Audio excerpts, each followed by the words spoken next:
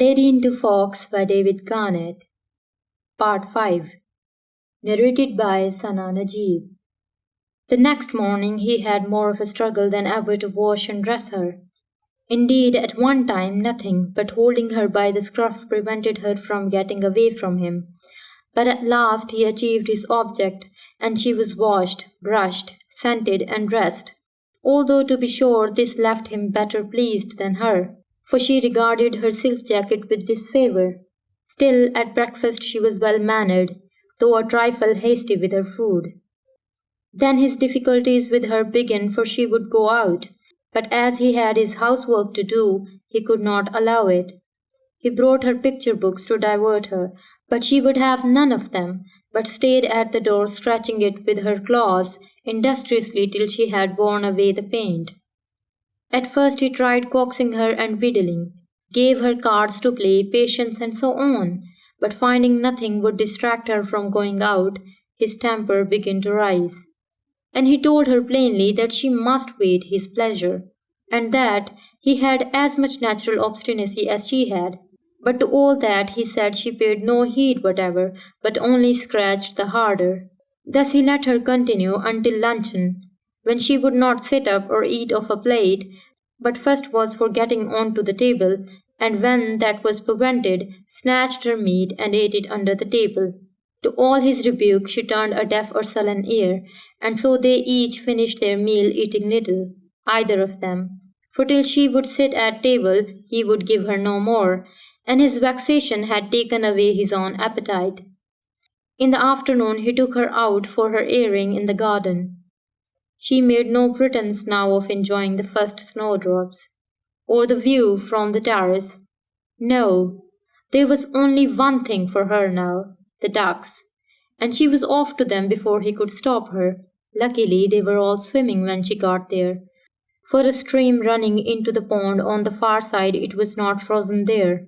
When he had got down to the pond, she ran out onto the ice, which would not bear his weight, and though he called her and begged her to come back, she would not heed him, but stay frisking about, getting as near the ducks as she dared, but being circumspect in venturing onto the thin ice.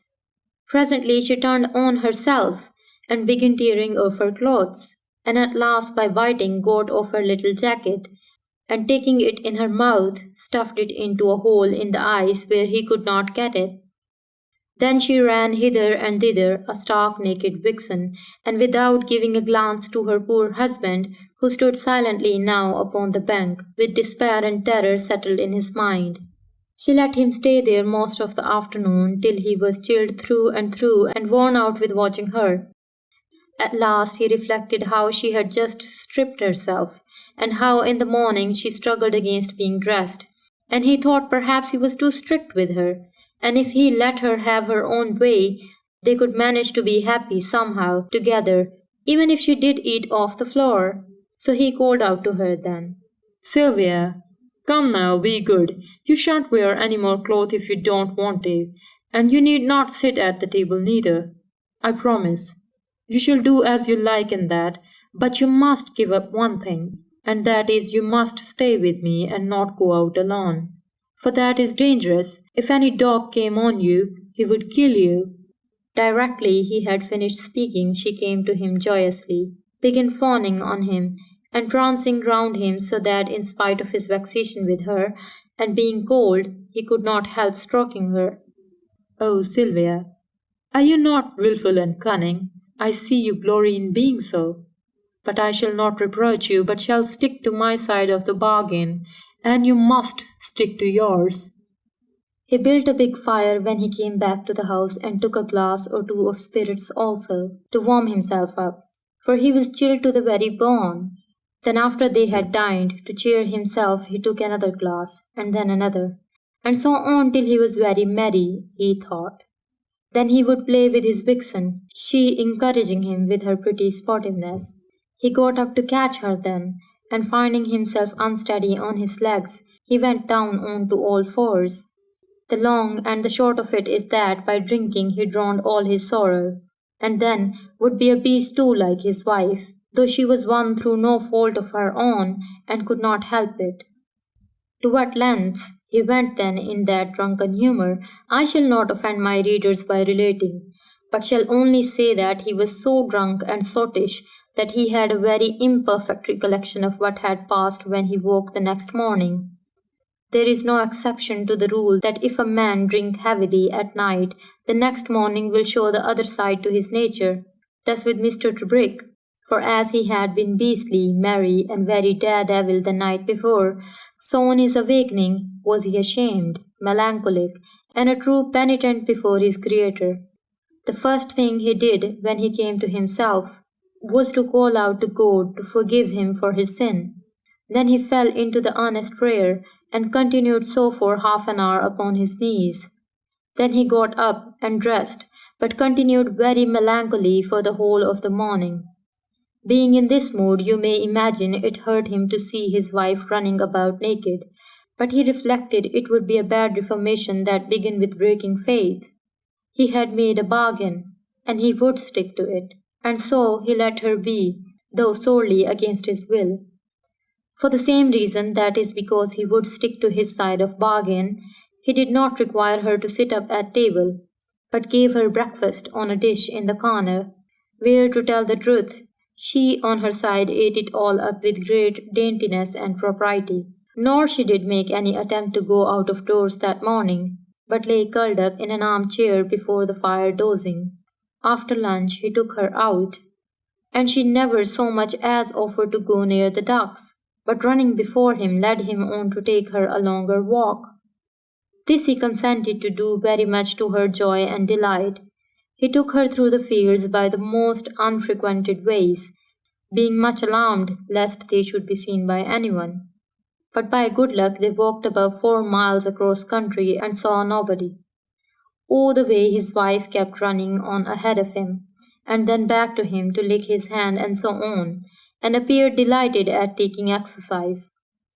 And though they startled 2 or 3 rabbits and a hare in the course of their walk, she never attempted to go after them, only giving them a look, and then looking back to him, laughing at him as it were for his warning cry of, Puss, come in. No nonsense now. Just when they got home and were going into the porch, they came face to face with an old woman. Mr. Trubrick stopped short in consternation and looked about for his vixen, but she had run forward without any shyness to greet her. Then he recognized the intruder. It was his wife's old nurse. What are you doing here, Mrs. Cock? He asked her. Mrs. Cock answered him in these words. Poor thing! Poor Miss Sylvia! It is a shame to let her run about like a dog. It is a shame, and your own wife too. But whatever she looks like, you should trust her the same as ever. If you do, she will do her best to be a good wife to you. If you don't, I should not wonder if she did turn into a proper fox. I saw her, sir, before I left, and I have had no peace of mind. I couldn't sleep thinking of her. So I have come back to look after her, as I have done all her life, sir. And she stooped down and took Mrs. Trubrick by the paw. Mr. Trubrick unlocked the door, and they went in. When Mrs. Cox saw the house, she exclaimed again and again, The place was a pigsty. They could not live like that. A gentleman must have somebody to look after him. She would do it. He could trust her with the secret. Had the old woman come the day before, it is likely enough that Mr. Trubrick would have sent her packing. But the voice of conscience being woken in him by his drunkenness of the night before, he was heartily ashamed of his own management of the business. Moreover, the old woman's word that it was a shame to let her run about like a dog moved him exceedingly. Being in this mood, the truth is, he welcomed her. But we may conclude that Mrs. Trubrick was as sorry to see her old nanny as her husband was glad. If we consider that she had been brought up strictly by her when she was a child, and was now again in her power, and that her old nurse could never be satisfied with her now whatever she did, but would always think her wicked to be a fox at all, there seems good reason for her dislike. And it is possible, too, that there may have been another cause as well, and that is jealousy. We know her husband was always trying to bring her back to be a woman, or at any rate to get her to act like one. May she not have been hoping to get him to be like a beast himself or to act like one? May she not have thought it easier to change him thus than ever to change herself back into being a woman? If we think that she had a success of this kind only the night before when he got drunk, can we not conclude this was indeed the case? And then we have another good reason why the poor lady should hate to see her old nurse. It is certain that whatever hopes Mr. Trubrick had of Mrs. Coke affecting his wife for the better were disappointed. She grew steadily wilder, and after a few days so intractable with her that Mr. Trubrick again took her under his complete control. The first morning Mrs. Coke made her a new jacket, cutting down the sleeves of a blue silk one of Mrs. Trubrick's and trimming it with swan's down, and directly she had altered it, put it on her mistress, and fetching a mirror would have her admire the fit of it. All the time she waited on Mrs. Trubrick, the old woman talked to her as though she were a baby, and treated her as such, never thinking perhaps that she was either the one thing or the other, that is, either a lady to whom she owed respect and who had rational powers exceeding her own, or else a wild creature on whom words were wasted. But though at first she submitted passively, Mrs. Trubrick only waited for her nanny's back to be turned to tear up her pretty piece of handiwork into shreds, and then ran gaily about waving her brush with only a few ribbons still hanging from her neck. So it was time after time, for the old woman was used to having her own way, until Mrs. Coke would, I think, have tried punishing her if she had not been afraid of Mrs. Trubrick's row of white teeth, which she often showed her, then laughing afterwards as if to say it was only play. Not content with tearing off the dresses that were fitted on her, one day Sylvia slipped upstairs to her wardrobe and tore down all her old dresses and made havoc with them, not sparing her wedding dress either, but tearing and ripping them all up so that there was hardly a shred or rag left big enough to dress a doll in. On this Mr. Trubrick, who had let the old woman have most of her management to see what she could make of her, took her back under his own control. He was sorry enough now that Mrs. Coke had disappointed him in the hopes he had had of her, to have the old woman, as it were, on his hand. True, she could be useful enough in many ways to him, by doing the housework, the cooking and mending, but still he was anxious, since his secret was in her keeping, and the more now that she had tried her hand with his wife and failed. For he saw that vanity had kept her mouth shut if she had won over her mistress to better ways, and her love for her would have grown by getting her own way with her. But now that she had failed, she bore her mistress a grudge for not being won over, or at the best was become indifferent to the business, so that she might very readily blab. For the moment all Mr. Trubrick could do was to keep her from going into Stokoe to the village, where she would meet all her old cronies, and where there were certain to be any number of inquiries about what was going on at Rylands and so on. But as he saw that it was clearly beyond his power, however vigilant he might be, to watch over the old woman and his wife, and to prevent anyone from meeting with either of them, he began to consider what he could best do. Since he had sent away his servant and the gardener, giving out a story of having received bad news and his wife going away to London where he would join her, they probably going out of England and so on, he knew well enough that there would be a great deal of talk in the neighbourhood. And as he had now stayed on, contrary to what he had said, there would be further rumour. Indeed, had he known it, there was a story already going round the country that his wife had run away with Major Solmes, and that he was gone mad with grief, that he had shot his dogs and his horses, and shut himself alone in the house and would speak with no one. This story was made up by his neighbours not because they were fanciful or wanted to deceive, but like most tittle-tattle to fill a gap, as few like to confess ignorance.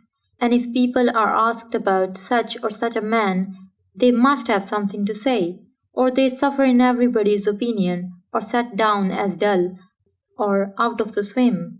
In this way, I met not long ago with someone who, after talking some little while and not knowing me or who I was, told me that David Garnett was dead and died of being bitten by a cat after he had tormented it. He had long grown a nuisance to his friends as an exorbitant sponge upon them, and the world was well rid of him. Hearing this story of myself diverted me at the time, but I fully believe it has served me in good stead since, for it set me on my guard as perhaps nothing else would have done, against accepting for true all floating rumour and village gossip, so that now I am by second nature a true skeptic and scarcely believe anything unless the evidence for it is conclusive. Indeed, I could never have got to the bottom of this history if I had believed 1/10 part of what I was told. There was so much of it that was either manifestly false and absurd, or else contradictory to the ascertained facts. It is therefore only the bare bones of story which you will find written here.